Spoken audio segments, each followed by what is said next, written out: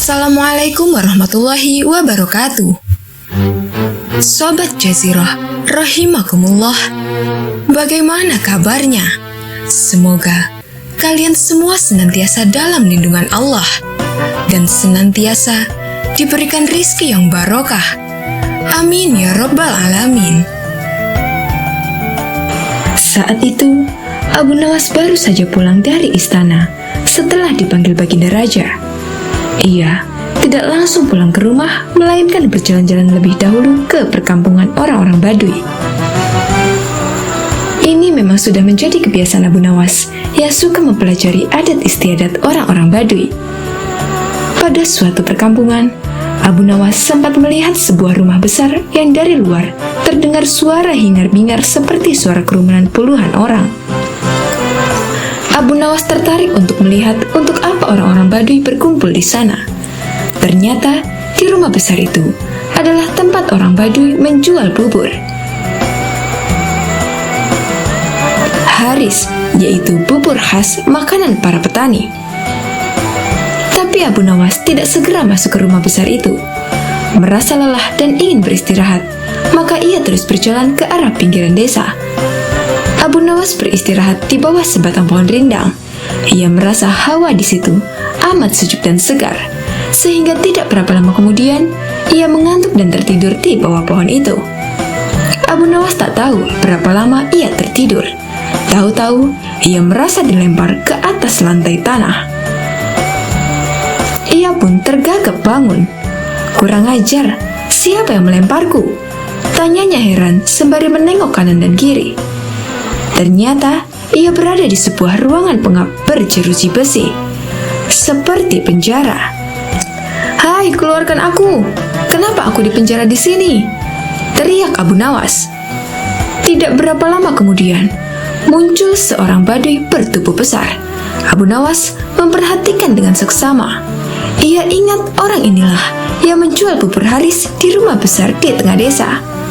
"Jangan teriak-teriak, cepat makan ini," kata orang itu sembari menyodorkan piring ke lubang ruangan. Abu Nawas tidak segera makan. "Mengapa aku dipenjara?" tanya Abu Nawas. "Kau akan kami sembelih dan akan kami jadikan campuran bubur Haris." "Hah? Jadi yang kau jual di tengah desa itu bubur manusia?" "Tepat, itulah makanan favorit kesukaan kami." "Kami? Jadi kalian sekampung suka makan daging manusia?" "Iya, termasuk dagingmu, sebab besok pagi kau akan kami sembelih." "Sejak kapan kalian makan daging manusia?" tanya Abu Nawas makin keheranan. "Oh, sejak lama. Setidaknya sebulan sekali kami makan daging manusia." "Dari mana saja kalian dapatkan daging manusia?" "Kami tidak mencari kemana-mana. Hanya setiap kali ada orang masuk atau lewat di desa kami, pasti kami tangkap dan akhirnya kami sembelih untuk dijadikan bubur." Abu Nawas diam sejenak. Ia berpikir keras, bagaimana caranya bisa meloloskan diri dari bahaya maut ini. Ia merasa heran kenapa Baginda tidak mengetahui bahwa di wilayah kekuasaannya ada kanibalisme. Ada manusia makan manusia. Barangkali para menteri hanya melaporkan hal yang baik-baik saja. Mereka tidak mau bekerja keras untuk memeriksa keadaan penduduk, pikir Abu Nawas. Baginda harus mengetahui hal seperti ini secara langsung. Kalau perlu, setelah memberi makan berupa bubur, Baduy itu meninggalkan Abu Nawas. Abu Nawas tentu saja tak berani makan bubur itu. Jangan-jangan bubur manusia. Ia menahan lapar semalaman tak tidur. Tubuhnya yang kurus makin nampak kurus. Esok harinya, Baduy itu datang lagi. "Bersiaplah, sebentar lagi kau akan mati." Abu Nawas berkata, "Tubuhku ini kurus. Kalaupun kau sembelih aku, kau tidak akan memperoleh daging yang banyak. Kalau kau setuju, nanti sore akan kubawakan temanku yang bertubuh gemuk. Dagingnya bisa kalian makan selama 5 hari. "Benarkah?" tanya Baduy itu. "Aku tidak pernah bohong," kata Abu Nawas meyakinkannya. Orang Baduy itu diam sejenak. Ia menatap tajam ke arah Abu Nawas. Entah kenapa akhirnya orang Baduy itu mempercayai dan melepaskan Abu Nawas. Abu Nawas langsung pergi ke istana menghadap Baginda Raja. Setelah berbasa-basi, Maka Baginda bertanya kepada Abu Nawas, "Ada apa, Abu Nawas? Kau datang tanpa kupanggil?" "Ampun tuanku, hamba baru saja pulang dari suatu desa yang aneh." "Desa aneh? Apa keanehannya?" tanya Baginda ingin tahu.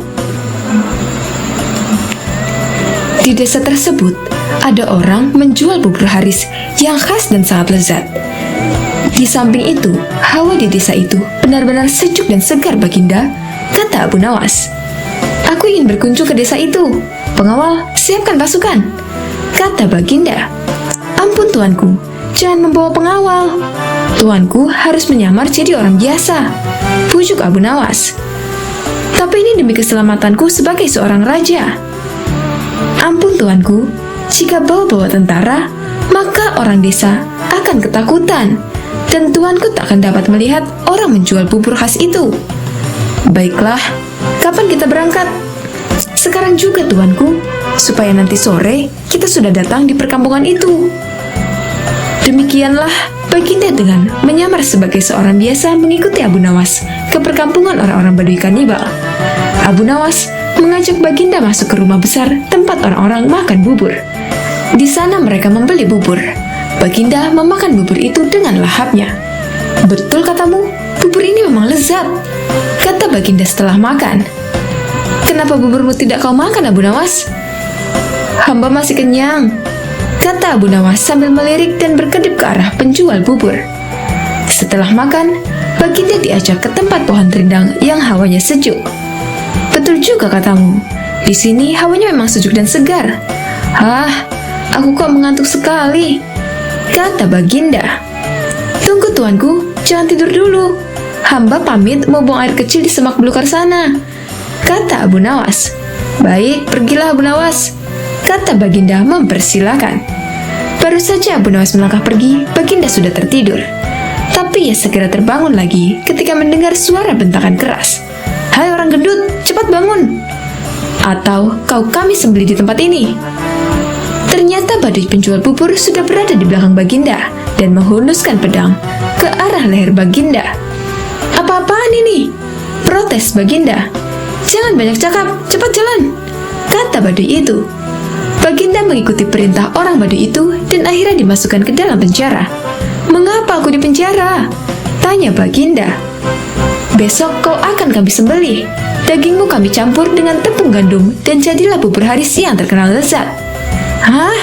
Astagfirullah. Jadi yang kumakan tadi?" "Betul, kau telah memakan bubur kami, bubur manusia."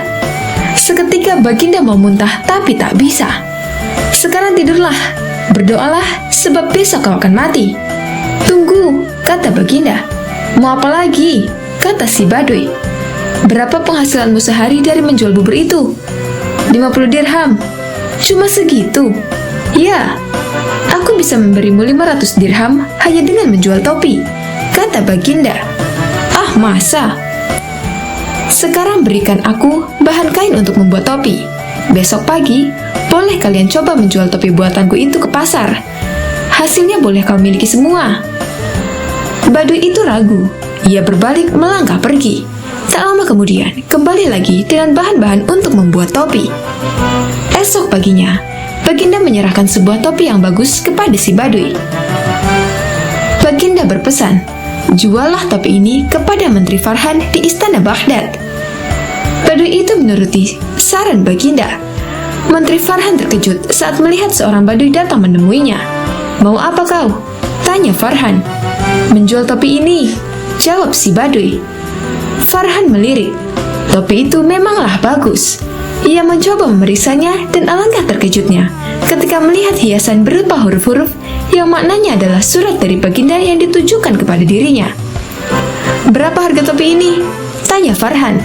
500 dirham, tak boleh kurang." "Baik, aku beli." Badui itu langsung pulang dengan wajah ceria. Sama sekali ia tak tahu jika Farhan telah mengutus seorang prajurit untuk mengikuti langkahnya. Siangnya, prajurit itu datang lagi ke istana dengan melaporkan lokasi perkampungan si penjual bubur. Farhan cepat bertindak sesuai pesan di surat Baginda. 1000 orang tentara bersenjata lengkap dibawa ke perkampungan. semua orang Baduy di kampung itu ditangkap, sementara Baginda berhasil diselamatkan. Untung kau bertindak cepat, terlambat sedikit saja, aku sudah jadi bubur, kata Baginda kepada Farhan. Semua ini gara-gara Abu Nawas, kata Farhan. Benar, tapi juga salahmu. Kau tak pernah memeriksa perkampungan ini bahwa penghuninya adalah orang-orang kanibal, kata Baginda. Bagaimanapun, Abu Nawas harus dihukum. Ya, itu pasti. Hukuman mati, Baginda, sahut Farhan. Hukuman mati? Ya, kita coba. Apakah dia bisa meloloskan diri? Sahut Baginda.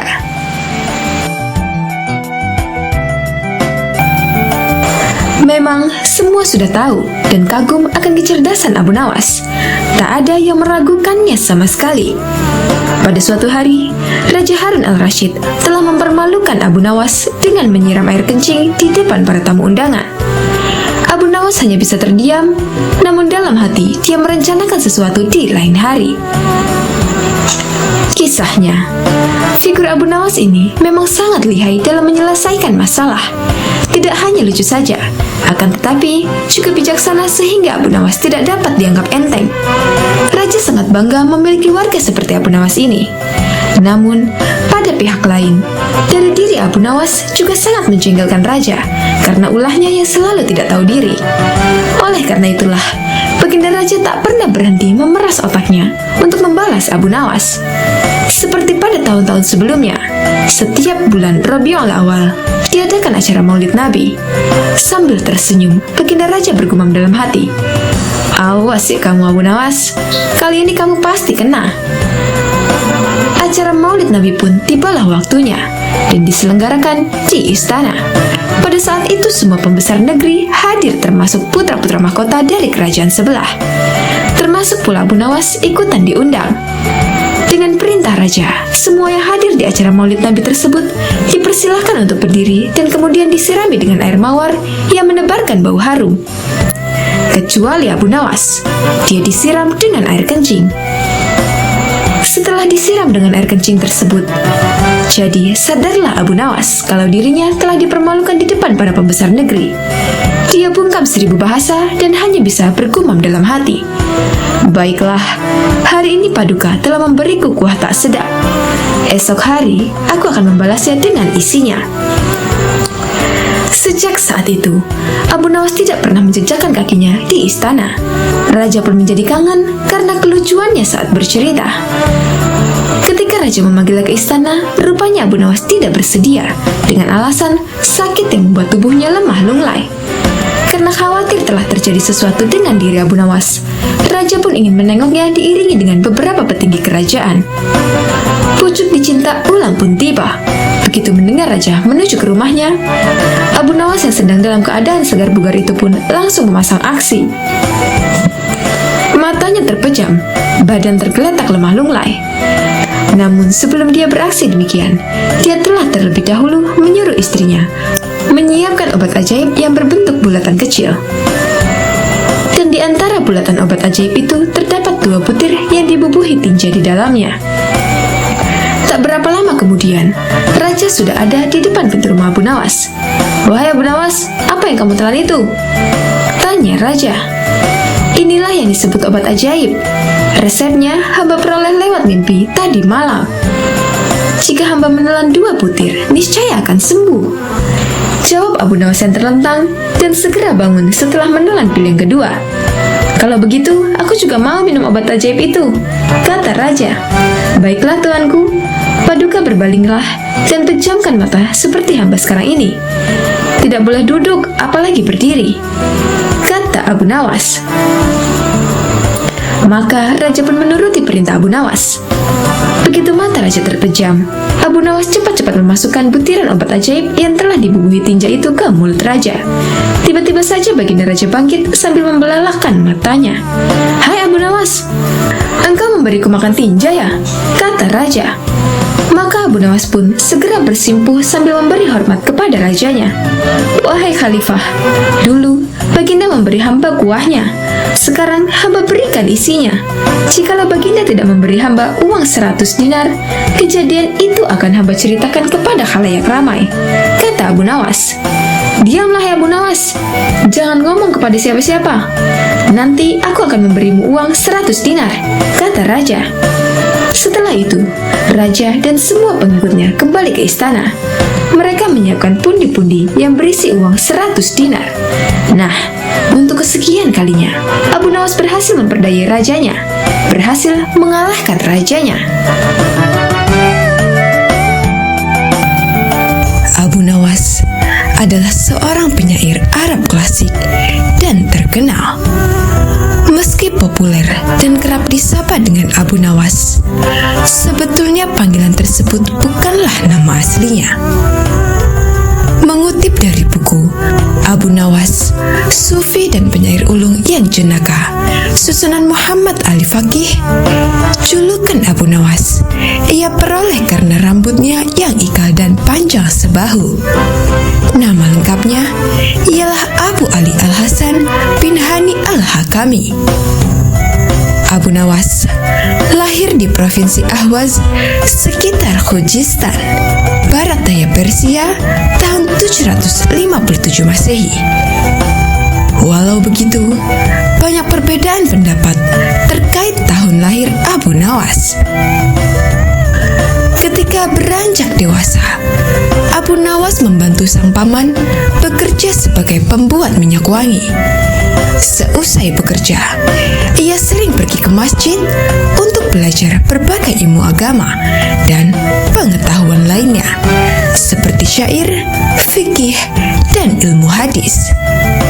Abu Nawas terkenal sebagai murid yang cerdik dan antusias dalam mempelajari berbagai ilmu pengetahuan.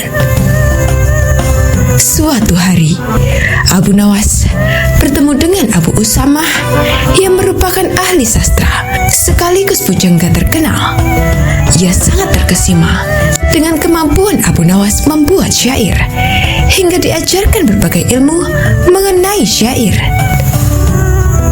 Dikenal sebagai sosok yang jenaka dan cerdas, banyak kisah menarik mengenai Abu Nawas. Salah satunya ketika ia bersikeras mencari neraka.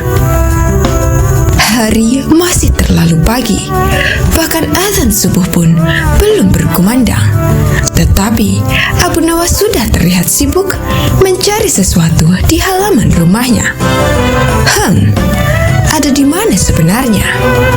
Gumam Abu Nawas sambil membawa lampu dan menggoyang-goyangkannya. Jika di sekitar rumah tidak ada, aku harus mencarinya kemana lagi? Lanjut Abu Nawas. Tak lama kemudian, terdengar azan subuh. Abu Nawas pun segera bergegas pergi ke masjid. Di sepanjang jalan, ia pun masih sempat memeriksa tempat-tempat yang tertutup. "Hai Abu Nawas, kau sedang apa? Apakah kau kehilangan sesuatu?" tanya seseorang yang melihat gerak-gerik Abu Nawas yang sedang mencari-cari sesuatu. Namun, Abu Nawas tidak menjawab pertanyaan itu. Pikirannya terlalu sibuk sendiri. Selesai sholat subuh, Abu Nawas masih saja sibuk mencari. Kali ini ia mencari di sekitar masjid.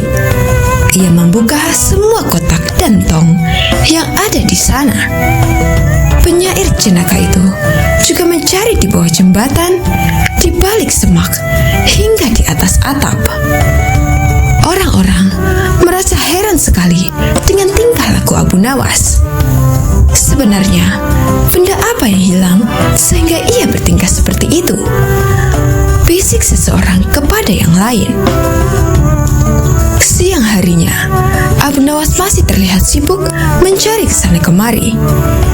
Meskipun matahari bersinar terik, Abu Nawas masih tetap membawa lampu minyak miliknya. Kali ini ia mencari ke sekitar rumah-rumah warga. Lagi-lagi, aksinya ini membuat para tetangganya merasa keheranan. "Hai Abu Nawas, apakah kau butuh bantuan?" tanya salah satu tetangga yang memperhatikan Abu Nawas sedari tadi. Namun Abu Nawas menolak tawaran tersebut. 2 hari berikutnya, Abu Nawas masih masih saja sibuk mencari sesuatu itu kemana-mana, sambil membawa lampu minyak miliknya, baik malam ataupun siang hari.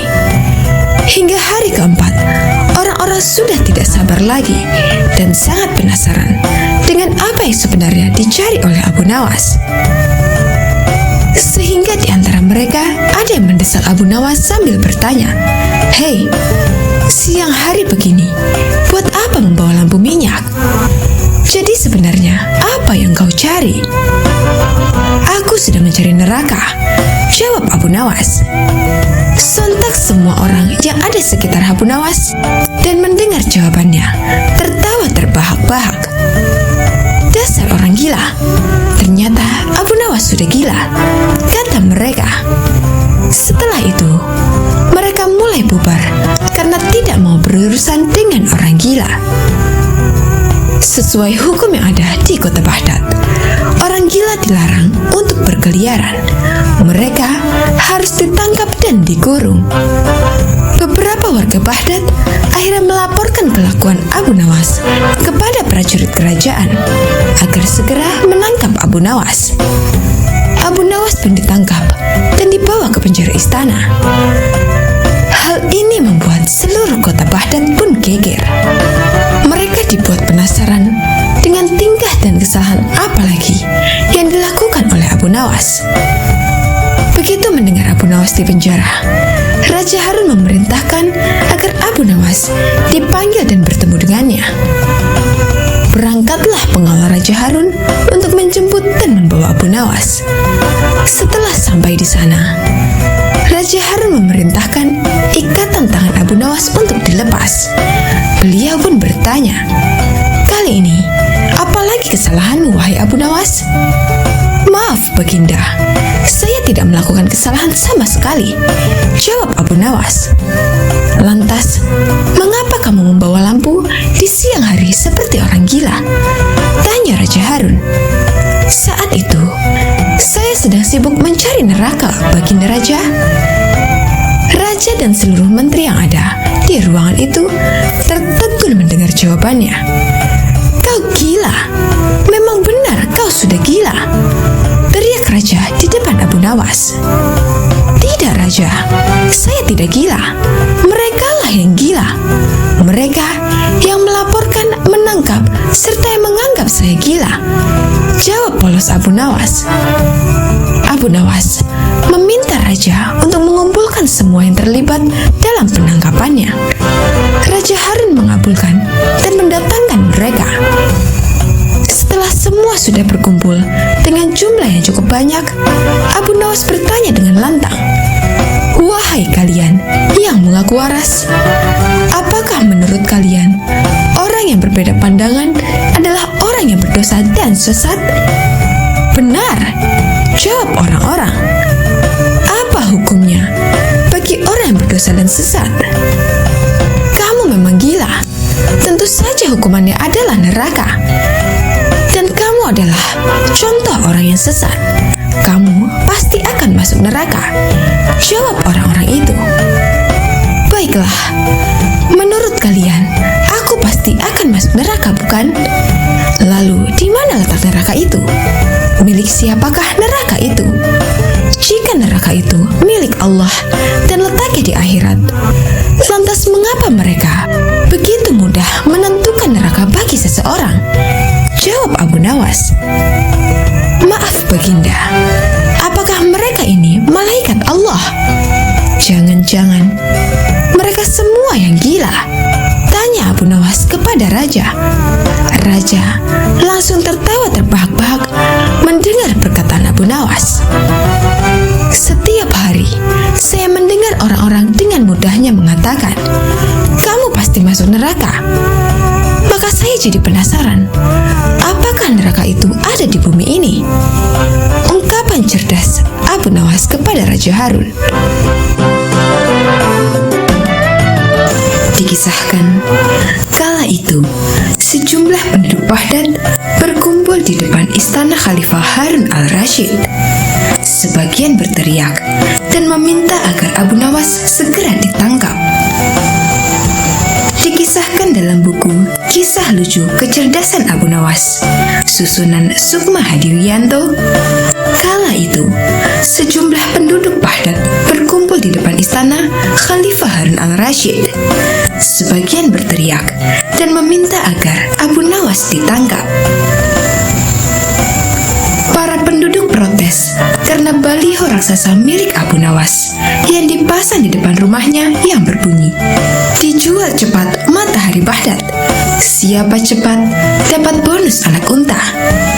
Penduduk lainnya merasa panik dan kasak-kusuk di depan istana. Mereka takut sekaligus bingung. Jika matahari Baghdad dijual, maka bagaimana mereka bisa hidup? "Abu Nawas, kamu serius mau menjual matahari?" tanya Khalifah Harun al-Rashid sambil mengamati massa yang membludak di depan istananya. "Benar, Baginda, supaya kita bisa ikut cara mereka menggunakan otak," jawab Abu Nawas. "Maksudnya?" Khalifah kembali bertanya. "Begini, Baginda, apakah Baginda senang infrastruktur di Baghdad terbangun hebat di zaman Baginda?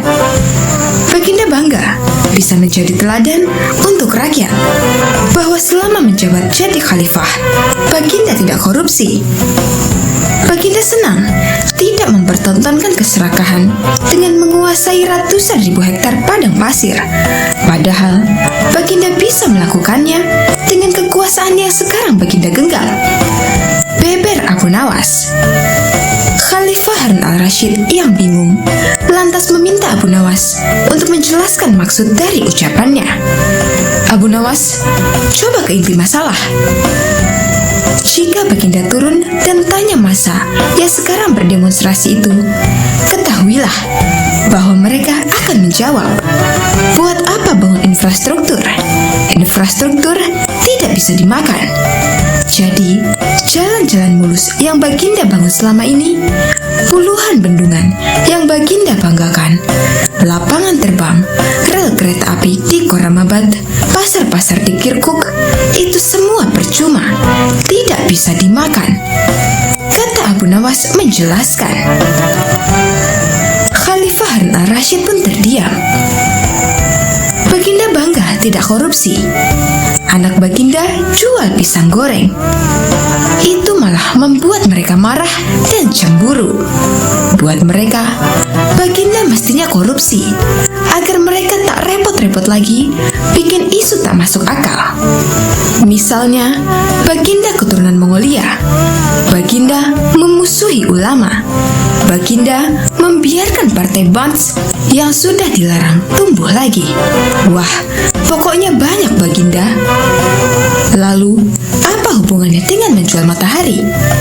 Tanya Khalifah Harun al-Rashid. Abu Nawas kemudian menjelaskan apa yang dianggap Khalifah Harun sebagai prestasi nasional justru dianggap pemborosan dan membebani negara karena mereka terbiasa melihat prestasi yang ada di ruang gelap. Di ruang gelap, gadis cantik tak terlihat. Sebatang emas bisa dianggap besi. Tapi, kalaupun mata mereka tak melihat di ruang gelap, bukankah telinga mereka dapat mendengar? Hati mereka terbuka. Bagaimana mungkin mereka menuduhku memusuhi ulama, padahal wakilku sekarang adalah ulama besar? Jikapun mereka tak suka aku, bukankah kepada mereka sekarang aku sodorkan ulama yang dulu mereka klaim mereka bela? Mengapa sekarang mereka tinggalkan? Abu Nawas kemudian berkata, "Baginda, itulah enaknya melihat dunia di ruang gelap sambil terbalik. Kita bisa menikmati apa yang mereka nikmati selama ini. Baginda tidak capek berpikir rasional." Khalifah Harun al-Rashid kembali terdiam. Abu Nawas lanjut menjelaskan, "Percayalah Baginda, hanya dengan melihat segala sesuatu di kegelapan, Baginda akan paham mengapa selama ini mereka melihat infrastruktur megah, pemerataan pembangunan di daerah tertinggal, semuanya sama sekali tidak berguna karena tak bisa dimakan. Mohon jangan katakan, infrastruktur memang tak bisa dimakan. Tapi dengan infrastruktur, kita semakin mudah mencari makan. Itu cara berpikir rasional dan normal, Paduka. Masa di depan istana semakin membludak. Khalifah Harun al-Rashid masih terdiam. Ia lantas memberi isyarat membenarkan ucapan Abu Nawas. Jadi, boleh saya menjual matahari? Kisah ini menunjukkan bahwa Abu Nawas sebagai pribadi yang cerdas dan peduli. Mimpi tak akan nyata karena keajaiban. Butuh keringat, kebulatan tekad, dan kerja keras untuk mewujudkannya. Abu Nawas mendengar Baginda Raja yang memiliki seorang menteri kepercayaan dan senantiasa mendampinginya. Menteri itu bernama Abu Jahal. Namun kepercayaan yang diberikan Baginda Raja sering dimanfaatkan oleh Abu Jahal untuk memperkaya dirinya. Terkadang dia meminta upeti kepada rakyat dengan mengatasnamakan Baginda Raja. Hal ini tentu saja membuat Abu Nawas sangat geram, tetapi tidak berani mengadukannya kepada Baginda Raja. Sebab dengan kedudukan yang dimiliki, Abu Jahal bisa saja memutarbalikkan fakta dan menuduh Abu Nawaslah pelakunya. Seiring berjalannya waktu, penasihat istana meninggal dunia. Baginda Raja sangat kehilangan dan belum bisa menemukan penggantinya. Jadi untuk sementara waktu, jabatan penasihat istana masih kosong. Belum ada yang mendudukinya. Kesempatan ini segera dimanfaatkan Abu Jahal. Ia ingin sekali menduduki jabatan tersebut. Dengan begitu, ia bisa lebih leluasa memengaruhi Baginda Raja. Segala cara Abu Jahal lakukan. Di depan Baginda Raja, Abu Jahal terus mencari muka agar terpilih menjadi penasihat istana. Tapi sayangnya, ambisi Abu Jahal ini harus kandas di tengah jalan. Karena tidak berapa lama, Baginda Raja justru memilih Abu Nawas untuk jadi penasihat istana. Keputusan Baginda Raja ini tentu saja membuat Abu Jahal kecewa, sehingga ia menaruh dendam kepada Abu Nawas. Suatu hari, ketika Abu Jahal melihat Abu Nawas sedang duduk bersama Baginda Raja, timbul pemikiran di kepalanya. Seharusnya aku yang ada di tempat tersebut. Abu Nawas tidak pantas duduk di situ. Abu Nawas itu apa dia? Tidak mampu mengurus masalah kerajaan. Pantasnya dia jadi pelawak istana. Gerutu Abu Jahal dalam hatinya. Merasa kecewa dengan keputusan Baginda Raja, Abu Jahal lalu menyampaikan keberatannya. Pada suatu hari, saat Baginda Raja sedang duduk sendirian di singgasananya, Abu Jahal menghadap dan berkata, "Ampun Paduka yang mulia, hamba izin menghadap Baginda Raja." Baginda Raja terkejut melihat Abu Jahal yang tiba-tiba menghadapnya. "Ada apa Abu Jahal? Apa yang ingin kau sampaikan?" tanya Baginda Raja. "Ampun Paduka yang mulia, hamba rasa Abu Nawas tidak pantas menjabat sebagai penasihat istana. Karena menurut hamba, dia tidak tahu apa-apa soal negara. Abu Nawas itu apa keahliannya? Cuma melucu saja," tutur Abu Jahal. "Tapi, bukankah Abu Nawas terkenal cerdas? Dia juga seorang yang jujur," ujar Baginda Raja. "Apakah Paduka sudah meragukan kejujuran saya?" tanya Abu Jahal. "Bukan seperti itu. Kamu kan sudah menduduki jabatan menteri istana. Jadi wajar kalau Abu Nawas yang mengisi jabatan penasihat istana," jawab Baginda Raja. "Tapi hamba lebih berpengalaman Paduka yang mulia, apalagi mengenai kenegaraan. Hamba juga ahli berperang, tubuh hamba kekar dan perkasa. Lalu hamba sudah lama berbakti kepada Baginda Raja.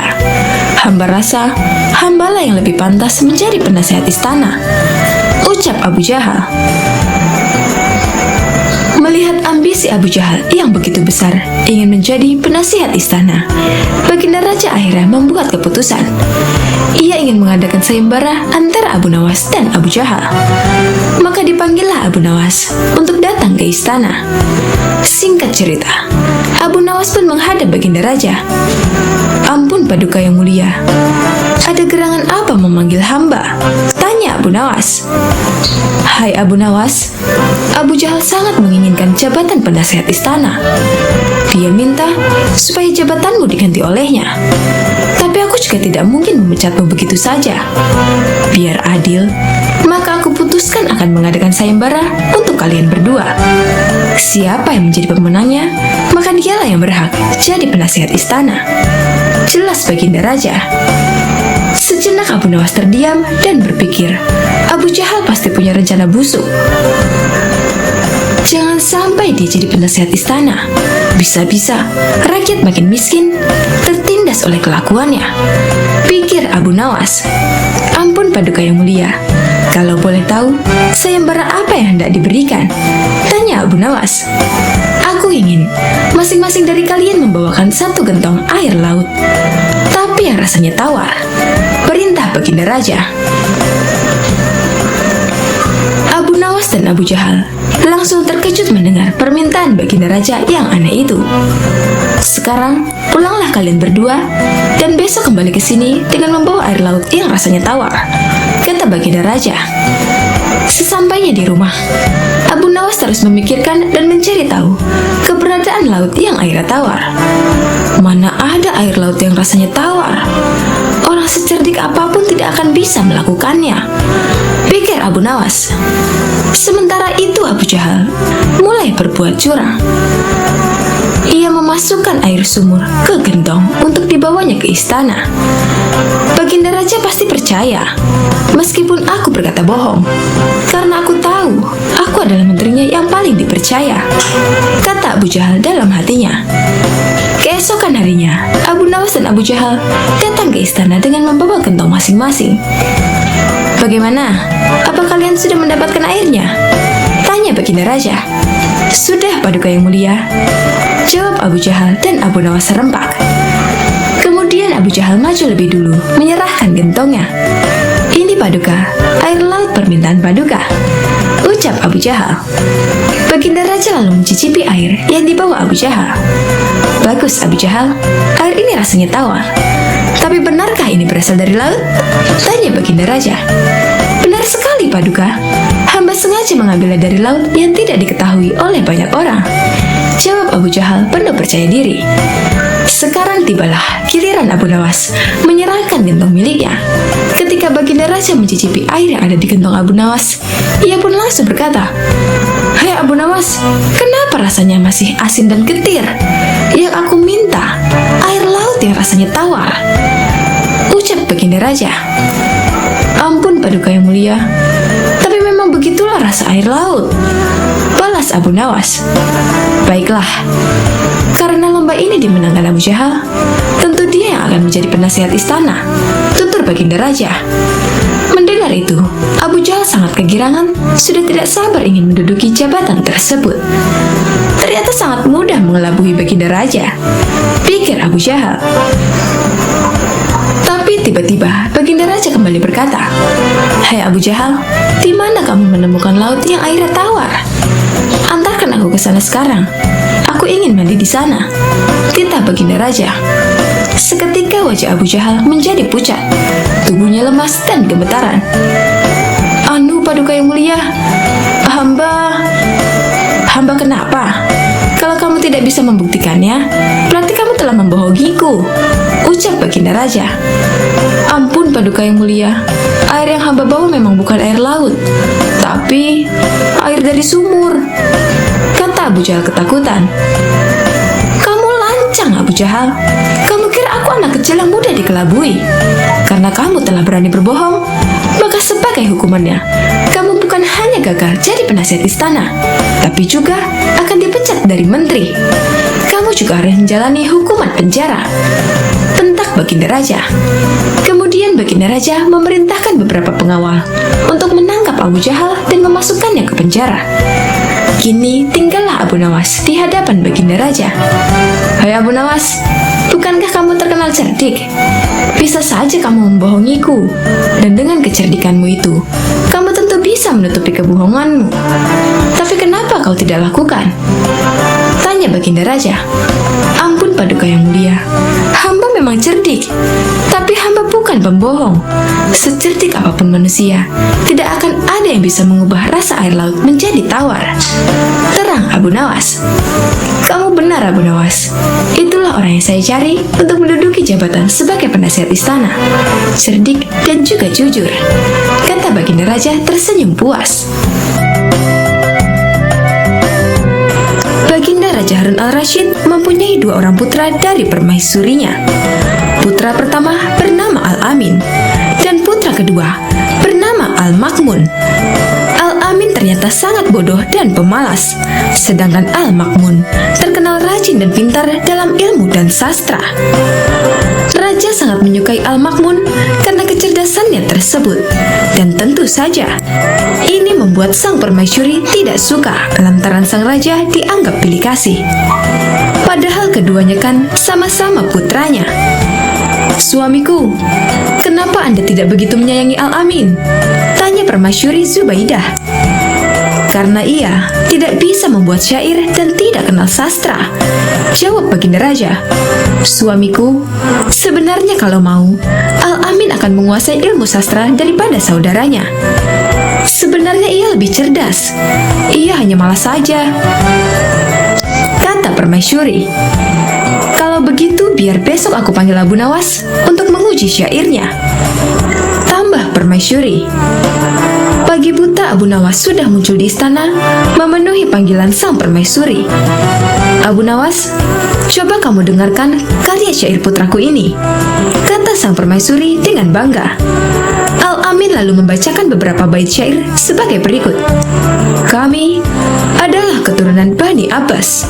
Kami duduk di atas kursi. Abu Nawas hampir tak kuat menahan tawanya mendengar syair tersebut.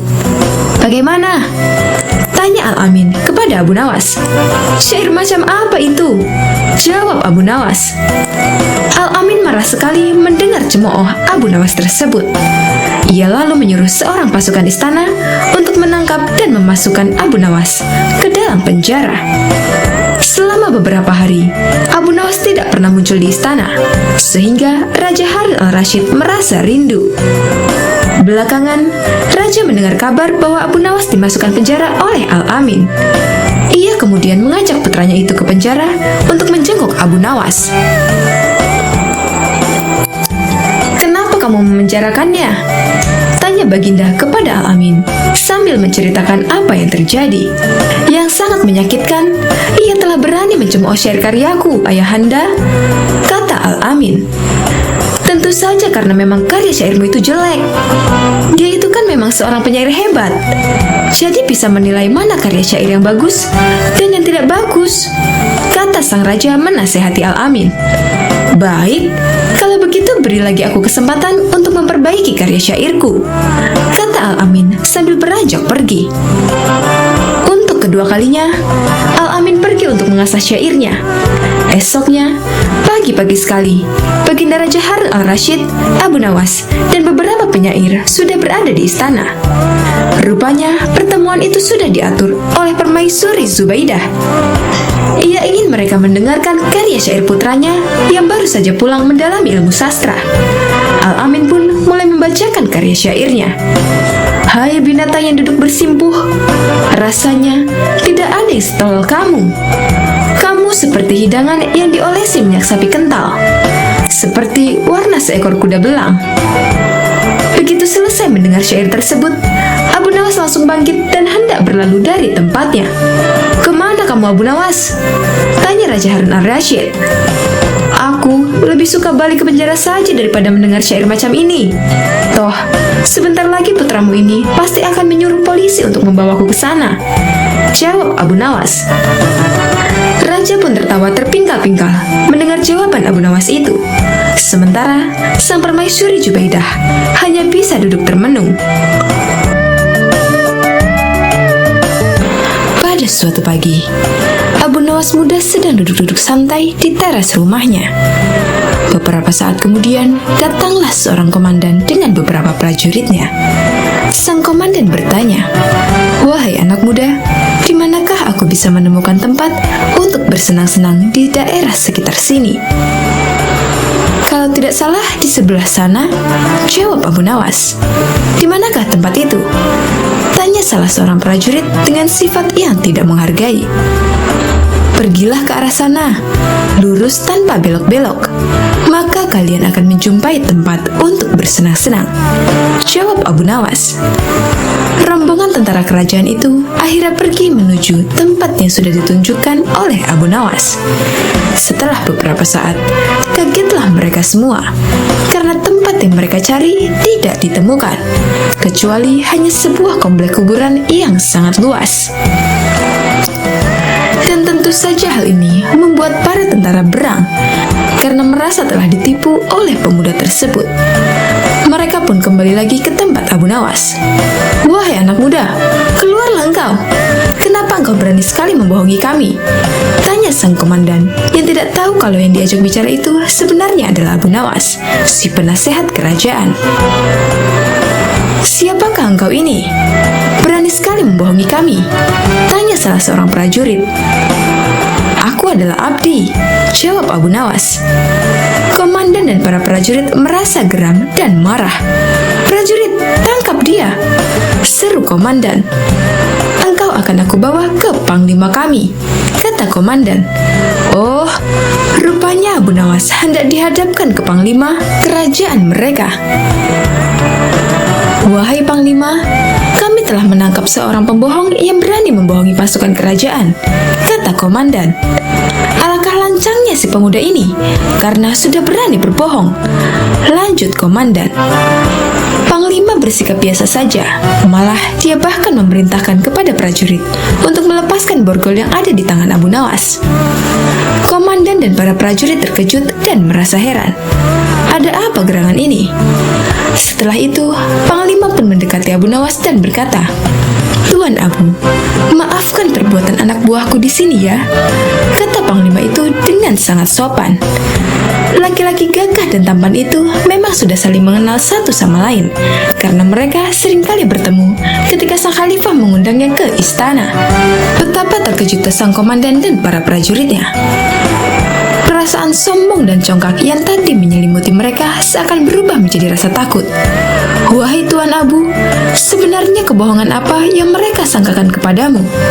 tanya Panglima. "Wahai Panglima, mereka memintaku untuk menunjukkan tempat untuk bersenang-senang. Tentu saja, aku tunjukkan kuburan, karena kuburan adalah tempat yang lebih baik bagi orang-orang yang taat kepada Allah Subhanahu wa Ta'ala. Di sana pula, dia akan mendapatkan hidangan yang nikmat dari Allah Subhanahu wa Ta'ala, terbebas dari rasa fitnah dan kejahatan manusia dan makhluk lainnya," jawab Abu Nawas dengan tenangnya. Mendengar jawaban pemuda itu, segera saja komandan mendekati Abu Nawas dan berkata, "Maafkan hamba, Tuan Abu. Andai saja aku mengetahui bahwa Tuan adalah Tuan Abu, tentu kami tidak akan berani membawa Tuan ke hadapan Panglima," kata komandan lagi. "Wahai komandan, apakah aku telah membohongi kalian? Bukankah aku berkata benar? Aku adalah abdi, dan setiap orang adalah abdi Allah Subhanahu wa Ta'ala, termasuk kalian semua," kata Abu Nawas. "Anda benar, tuanku," jawab komandan. Komandan dan prajurit yang telah menangkap Abu Nawas merasa malu bukan kepalang. Abu Nawas mempunyai burung nuri yang sangat lucu. Baginda Raja Harun al-Rasyid pun ingin sekali memilikinya.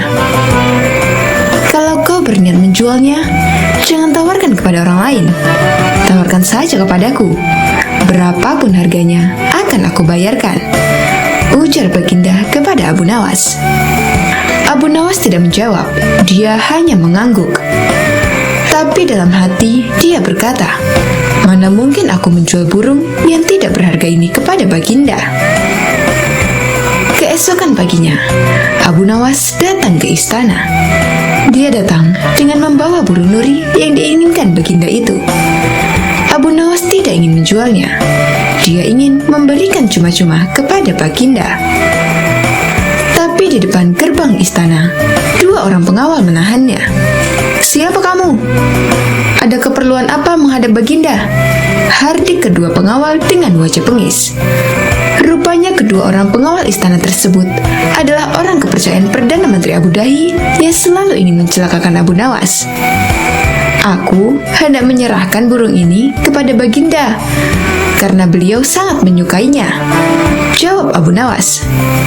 Tinggal saja burung jelek itu di sini, biar aku yang menyerahkannya kepada Baginda, ucap salah seorang pengawal. Abu Nawas pun menurut. Dalam situasi seperti ini, dia tidak mungkin melawan. Tapi suatu saat, mereka pasti akan menemui perbuatannya. Oleh kedua pengawal kepercayaan Abu Dahi, burung nuri Abu Nawas ditukar dengan burung gereja. Setelah itu, diserahkan kepada Baginda. Perdana Menteri Abu Dahi yang melihat kejadian itu tersenyum simpul memuji hasil kerja anak buahnya. Berdebah, gigi Baginda gemeretak menahan amarah. Dia merasa terhina oleh perbuatan Abu Nawas.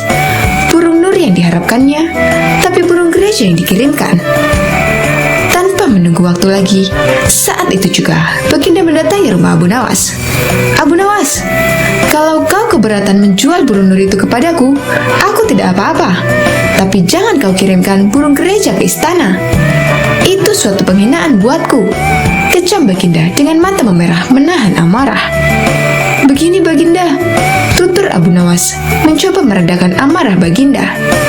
Istana Baginda telah kemasukan 2 orang penyihir yang menjadi penjaga pintu gerbang istana. Kedua orang itu bisa menyihir seekor burung gereja. Dan hamba yakin, besok-besok kedua orang itu bisa menyihir burung beo menjadi burung nuri.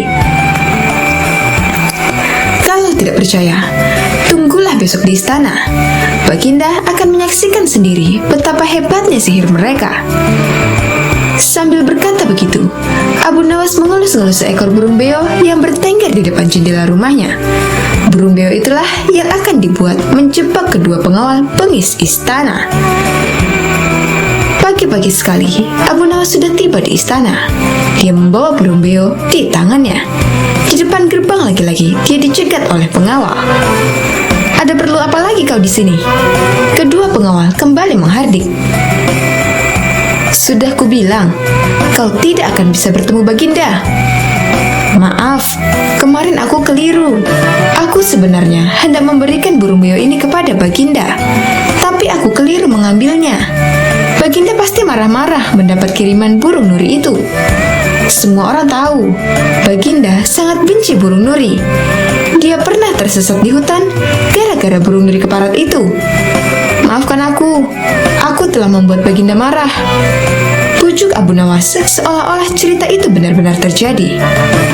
Taruhlah saja di situ, biar aku nanti yang akan menyerahkan kepada Baginda, perintah pengawal istana. Terpengaruh pujukan Abu Nawas, kedua kaki tangan Abu Dahi itu pun menukar burung beo dengan nuri. Setelah itu, mereka menyerahkannya kepada Baginda. Keduanya bersukaria karena sebentar lagi Abu Nawas pasti akan mendapat hukuman yang setimpal dari Baginda.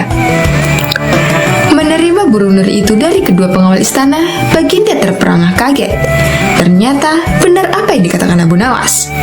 Kedua pengawal ini bisa menyihir, alias menggelapkan barang yang bukan haknya. Ini nurinya, mana beonya? Sindir Baginda yang langsung membuat wajah kedua pengawal itu pucat pasi.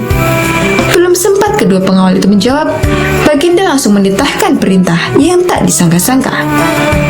Karena hasil kerja yang sangat bagus, kalian berdua aku beri hadiah hukuman cambuk masing-masing 50 kali. Perdana Menteri Abu Dahi yang menyaksikan kejadian itu kini hanya bisa tertunduk lesu. Sultan Harun al-Rashid masyghul berat. Konon penyebabnya sudah 7 bulan Abu Nawas tidak menghadap ke istana. Akibatnya, suasana Balairung jadi lengang sunyi senyap. Sejak dilarang datang ke istana, Abu Nawas memang benar-benar tidak pernah muncul di istana. Mungkin Abu Nawas marah kepadaku, pikir Sultan. Maka diutuslah seorang punggawa ke rumah Abu Nawas. Tolong sampaikan kepada Sultan, aku sakit hendak bersalin, jawab Abu Nawas kepada punggawa yang datang ke rumah Abu Nawas, menyampaikan pesan Sultan. Aku sedang menunggu dukun beranak untuk mengeluarkan bayiku ini, kata Abu Nawas lagi sambil mengelus-ngelus perutnya yang buncit. Ajaib benar, kata Baginda dalam hati setelah mendengar laporan punggawa setianya. Baru hari ini aku mendengar kabar seorang lelaki bisa hamil dan sekarang hendak bersalin. Dulu mana ada lelaki melahirkan? Aneh. Maka timbul keinginan Sultan untuk menengok Abu Nawas. Maka berangkatlah dia diiringi sejumlah menteri dan para punggawa ke rumah Abu Nawas. Begitu melihat Sultan datang, Abu Nawas pun berlari-lari menyambut dan menyembah kakinya, seraya berkata, "Ya tuanku Syah Alam, berkenan juga rupanya tuanku datang ke rumah hamba yang hina ini." Sultan dipersilakan duduk di tempat yang paling terhormat, sementara Abu Nawas duduk bersila di bawahnya. "Ya tuanku Syah Alam, apakah kehendak Duli Syah Alam datang ke rumah hamba ini? Rasanya bertahta selama bertahun-tahun, baru kali ini tuanku datang ke rumah hamba," tanya Abu Nawas. "Aku kemari karena ingin tahu keadaanmu," jawab Sultan. "Engkau dikabarkan sakit hendak melahirkan dan sedang menunggu dukun beranak. Sejak zaman nenek moyangku hingga sekarang, aku belum pernah mendengar ada seorang lelaki mengandung dan melahirkan. Itu sebabnya aku datang kemari." Abu Nawas tidak menjawab, ia hanya tersenyum. "Coba jelaskan perkataanmu. Siapa lelaki yang hamil dan siapa dukun beranaknya?" tanya Sultan lagi. Maka dengan senang hati berceritalah Abu Nawas. Konon, ada seorang raja mengusir seorang pembesar istana. Tetapi, setelah 5 bulan berlalu, tanpa alasan yang jelas, sang raja memanggil kembali pembesar tersebut ke istana. Ini ibarat hubungan laki-laki dan perempuan yang kemudian hamil tanpa menikah. Tentu saja, itu melanggar adat dan agama, menggegerkan seluruh negeri. Lagi pula, apabila seorang mengeluarkan titah, tidak boleh mencabut perintahnya lagi. Jika itu dilakukan, ibarat menjilat air ludah sendiri. Itulah tanda-tanda pengecut. Oleh karena itu, harus berpikir masak-masak sebelum bertindak. Itulah tamsil seorang lelaki yang hendak bersalin. Adapun dukun beranak yang ditunggu adalah Baginda kemari, kata Abu Nawas. Dengan kedatangan Baginda kemari, berarti hamba sudah melahirkan. Yang dimaksud dengan bersalin adalah hilangnya rasa sakit atau takut hamba kepada Baginda. Bukan begitu, kata Sultan. Ketika aku melarang kamu datang lagi ke istana, itu tidak sungguh-sungguh, melainkan hanya bergurau saja. Besok, datanglah engkau ke istana. Aku ingin bicara kepadamu. Memang di sana banyak menteri, tetapi tidak seperti kamu. Lagi pula selama engkau tidak hadir di istana, selama itu pula hilanglah cahaya balairungku. Segala titah Baginda, patik junjung tinggi tuanku, sembah Abu Nawas dengan ta'zim. Tetapi Sultan cuma menggeleng-geleng kepala, dan tidak berapa lama kemudian Sultan pun kembali ke istana dengan perasaan heran bercampur geli. Pada suatu waktu, Baginda Raja Harun al-Rashid sangat gundah hatinya. Seperti biasa, dirinya ingin sosok Abu Nawas hadir di istana untuk menghibur hati sang raja. Namun, setelah beberapa kali dipanggil, Abu Nawas belum juga menampakkan batang hidungnya. Setelah lama berpikir, akhirnya Baginda Raja menemukan cara agar Abu Nawas bisa hadir di istana kerajaan. Raja menyuruh 3 orang prajurit untuk pergi ke rumah Abu Nawas agar buang air besar di tempat tidurnya. Pengawal, pergilah ke rumah Abu Nawas dan beraklah di tempat tidurnya. Dan kalau kalian berhasil, maka masing-masing akan aku berikan uang 1000 dirham. Titah sang raja. Daulat Paduka, jawab ketiga pengawal itu secara bersamaan. Sementara itu, duduk di sebelahnya ada Kipati yang mendengar obrolan rajanya dengan ketiga pengawal itu. Karena berhubung tugas yang diberikan kepada 3 anak buahnya yang agak aneh, Kipati memberanikan diri untuk bertanya kepada sang raja. "Maaf Paduka, bukankah tugas yang diberikan itu tampak aneh dan menghina?" tanya Kipati. "Patih, memang benar, tapi itulah siasatku agar Abu Nawas segera hadir ke istana," jawab Baginda. "Apakah gerangan rencana Baginda?" tanya Patih. "Nah, nanti kamu akan segera mengetahuinya. Dan sekarang, kamu ikutilah ketiga anak buahmu itu dan intailah mereka dan sampaikan kepada Abu Nawas. Bila dia berhasil menggagalkan tugas pengawalku, maka Abu Nawas akan aku beri uang 3.000 dirham dan sekaligus ia boleh memukul utusanku itu.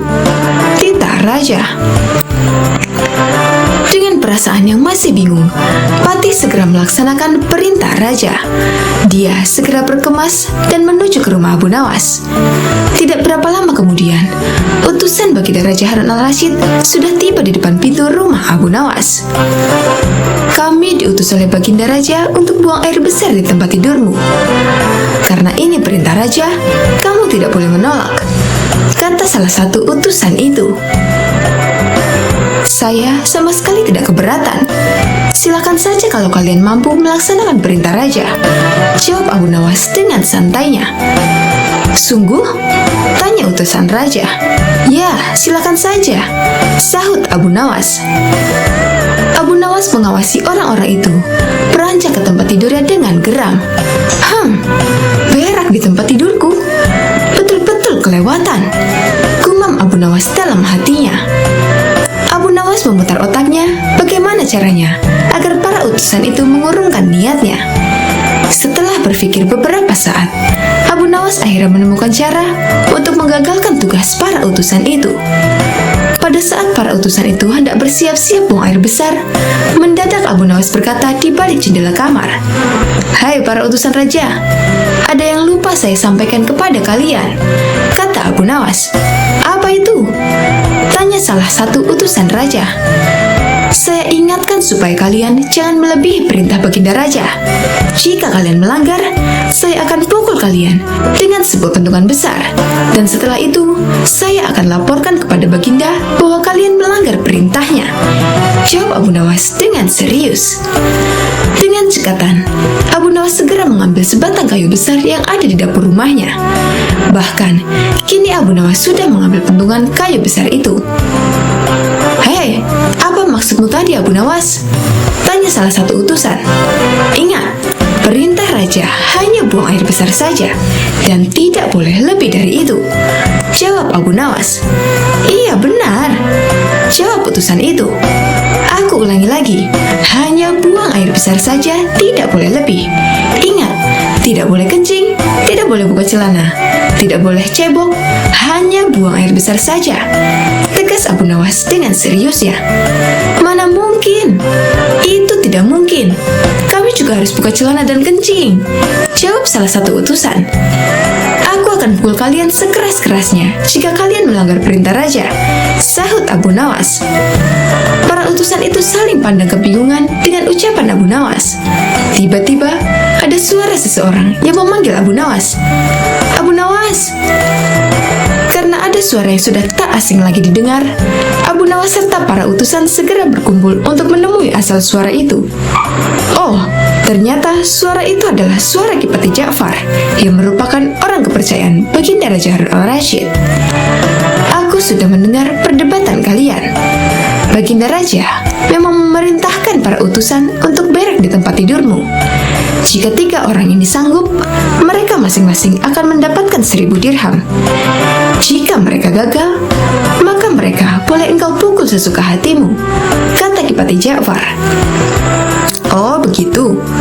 Lalu hadiah dari Baginda untukku berapa tuanku?" tanya Abu Nawas. "Sekarang juga engkau boleh menghadap Baginda Raja untuk menerima 3.000 dirham," jawab Ki Patih. "Hah?" Abu Nawas kaget disertai rasa gembira. Segera saja Abu Nawas mengambil pentungan, lalu 3 orang utusan yang mau buang air besar tadi dipentungi pantatnya. "Ampun Abu Nawas, apa kalian mau buang air besar di tempat tidurku, hah?" kata Abu Nawas. Tidak, ampun," teriak 3 orang utusan Baginda Raja Harun al-Rashid. Ketiga utusan itu lari terbirit-birit. Ki Patih dan Abu Nawas tertawa terpingkal-pingkal dibuatnya.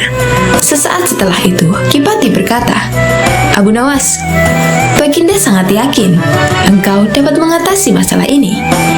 Baginda memang menginginkan kehadiran kehadiranmu di istana untuk menghibur hatinya yang saat ini sedang gundah gulana. Abu Nawas menyetujui permintaan Tuanku Ja'far, dan mereka segera berangkat menuju istana setelah semua persiapan dilakukan. Pada suatu hari yang cerah, Raja Harun al-Rashid mengalami kejenuhan dan berencana hendak pergi ke hutan yang terkenal akan keindahannya. Raja pun mengajak Abu Nawas sebagai pemandu dalam perjalanan tersebut. "Siap, Paduka Raja?" kata Abu Nawas. Rupanya Abu Nawas tidak keberatan dengan ajakan rajanya tersebut, dan berangkatlah mereka ke hutan dengan mengendarai keledai sambil bercengkrama di sepanjang perjalanan. Tanpa terasa, mereka sudah menempuh hampir separuh perjalanan, dan tibalah mereka di pertigaan jalan yang jauh dari rumah penduduk. Mereka berhenti karena ragu ke arah mana hutan yang dituju. Setahu mereka, kedua jalan itu memang benar menuju hutan yang mereka tuju. Hutan wisata yang berisi binatang-binatang buas. Abu Nawas pun angkat bicara. "Paduka, saya sarankan agar kita tidak usah meneruskan perjalanan." "Kenapa, wahai Abu Nawas?" kata Paduka Raja. "Hamba berkata demikian karena kalau kita salah pilih jalan, jangan-jangan kita tidak pernah kembali lagi. Bukankah akan lebih bijaksana kalau kita meninggalkan sesuatu yang meragukan?" jawab Abu Nawas. Dalam kebimbangan, anak buah Paduka Raja yang masih merupakan teman Abu Nawas berkata, "Aku pernah mendengar ada dua orang kembar yang hidup di semak-semak sebelah sana," kata ajudan. "Apakah engkau mengenalnya?" tanya Abu Nawas. "Tidak juga. Mereka adalah si yang memiliki rupa sangat mirip. Yang satunya selalu berkata jujur, dan satunya selalu berkata bohong," jawab ajudan. "Baiklah, kita istirahat dulu. Nanti kita menuju ke rumah si kembar," kata Abu Nawas. Abu Nawas, Paduka Raja, dan prajuritnya kemudian beristirahat sejenak sambil makan. Seusai makan, mereka menuju ke rumah si kembar bersaudara itu. Setelah pintu diketuk, maka keluarlah salah satu dari mereka. "Maaf, aku sangat sibuk hari ini. Engkau hanya boleh mengajukan satu pertanyaan saja, tidak lebih," kata dia. Abu Nawas pun mendekati salah satu si kembar yang beda sifat itu, dan mulai menanyakan jalan yang menuju hutan yang indah dan berbisik. Dan salah satu si kembar itu pun menjawabnya dengan berbisik pula. Setelah itu Abu Nawas dan rombongan segera pamit untuk meneruskan perjalanan. "Paduka Raja, hutan yang kita tuju jalan sebelah kanan," kata Abu Nawas. "Bagaimana engkau bisa tahu harus ambil jalan arah kanan? Sedangkan kita tidak tahu apakah orang yang kita tanya tadi orang yang selalu berkata benar atau berkata bohong," tanya Paduka Raja. "Wahai Paduka, orang yang aku tanyai tadi menunjukkan jalan sebelah kiri," kata Abu Nawas. Paduka Raja masih juga belum mengerti dengan perkataan Abu Nawas. "Apa maksudnya?" tanya Raja. "Karena orang itu menunjukkan jalan sebelah kiri," jawab Abu Nawas. "Coba jelaskan kepadaku," tanya Raja. "Tadi aku bertanya ke orang itu, apakah yang akan dikatakan saudaramu bila aku bertanya jalan mana yang menuju hutan yang indah? Dan dia menjawab sebelah kiri. Dengan pertanyaan itu, siapapun yang aku tanya, entah si kembar yang selalu berbohong maupun si kembar yang selalu berkata jujur, pasti akan menjawab sebelah kiri." Jawabannya, yang pertama, bila yang ditanya tadi adalah orang yang selalu berkata benar, jalan sebelah kiri. Karena ia tahu saudara kembarnya akan mengatakan jalan sebelah kiri, sebab ia tahu saudara kembarnya selalu berkata bohong. Yang kedua, bila yang ditanya tadi orang yang berkata bohong, jalan sebelah kiri. Karena ia tahu bahwa saudara kembarnya akan mengatakan jalan sebelah kiri, sebab saudaranya selalu berkata benar. Akhirnya, rombongan raja itu memilih jalan yang ditunjuk Abu Nawas. Tak lama kemudian, masuklah mereka ke dalam hutan yang memiliki pemandangan yang indah. Raja pun menjadi senang dan memberikan sebuah hadiah kepada Abu Nawas. Tak selamanya Abu Nawas bersikap konyol. Kadang-kadang timbul kedalaman hatinya yang merupakan bukti kesufian dirinya. bila sedang dalam kesempatan mengajar, ia akan memberikan jawaban-jawaban yang berbobot, sekalipun ia tetap menyampaikannya dengan ringan. Seorang murid Abu Nawas, ada yang sering mengajukan macam-macam pertanyaan. Tak jarang, ia juga mengomentari ucapan-ucapan Abu Nawas jika sedang memperbincangkan sesuatu. Ini terjadi saat Abu Nawas menerima 3 orang tamu yang mengajukan beberapa pertanyaan kepada Abu Nawas. Manakah yang lebih utama? Orang yang mengerjakan dosa-dosa besar atau orang yang mengerjakan dosa-dosa kecil? Ujar orang yang pertama, orang yang mengerjakan dosa kecil. Jawab Abu Nawas. Mengapa begitu? Kata orang pertama mengejar. Sebab dosa kecil lebih mudah diampuni oleh Allah. Ujar Abu Nawas. Orang pertama itu pun mengangguk-angguk, sangat puas dengan jawaban Abu Nawas. Giliran orang kedua maju. Ia ternyata mengajukan pertanyaan yang sama. Manakah yang lebih utama? Orang yang mengerjakan dosa-dosa besar atau orang yang mengerjakan dosa-dosa kecil? Yang utama adalah orang yang tidak mengerjakan keduanya. Ujar Abu Nawas. Mengapa demikian? Tanya orang kedua lagi. Dengan tidak mengerjakan keduanya, tentu pengampunan Allah sudah tidak diperlukan lagi. Ujar Abu Nawas santai. Orang kedua itu pun manggut-manggut menerima jawaban Abu Nawas dalam hatinya. Orang ketiga pun maju, pertanyaannya pun juga 100% sama. Manakah yang lebih utama? Orang yang mengerjakan dosa-dosa besar atau orang yang mengerjakan dosa-dosa kecil? Orang yang mengerjakan dosa besar lebih utama. Ujar Abu Nawas. Mengapa bisa begitu? Tanya orang ketiga itu lagi. Sebab pengampunan Allah kepada hambanya sebanding dengan besarnya dosa hambanya. Ujar Abu Nawas kalem. Orang ketiga itu pun merasa puas argumen tersebut. Ketiga orang itu pun lalu beranjak pergi. Si murid yang suka bertanya kontan berujar dengan kejadian itu. Mengapa pertanyaan yang sama bisa menghasilkan 3 jawaban yang berbeda? Katanya tidak mengerti. Abu Nawas tersenyum. Manusia itu terbagi atas 3 tingkatan. Tingkatan mata, tingkatan otak, dan tingkatan hati. Jawab Abu Nawas. Apakah tingkatan mata itu? Tanya si murid. Seorang anak kecil yang melihat bintang di langit, ia akan menyebut bintang itu kecil. Karena itulah yang tampak di matanya. Jawab Abu Nawas memberi perumpamaan. Lalu, apakah tingkatan otak itu? Tanya si murid lagi. Orang pandai yang melihat bintang di langit, ia akan mengatakan bahwa bintang itu besar karena ia memiliki pengetahuan. Jawab Abu Nawas. Dan apakah tingkatan hati itu? Tanya si murid lagi. Orang pandai dan paham yang melihat bintang di langit, ia akan tetap mengatakan bahwa bintang itu kecil, sekalipun ia tahu yang sebenarnya bintang itu besar. Sebab baginya tak ada satupun di dunia ini yang lebih besar dari Allah Subhanahu wa Ta'ala. Jawab Abu Nawas sambil tersenyum. Si murid pun mafhum. Ia lalu mengerti mengapa satu pertanyaan bisa mendatangkan jawaban yang berbeda-beda. Tapi si murid itu bertanya lagi.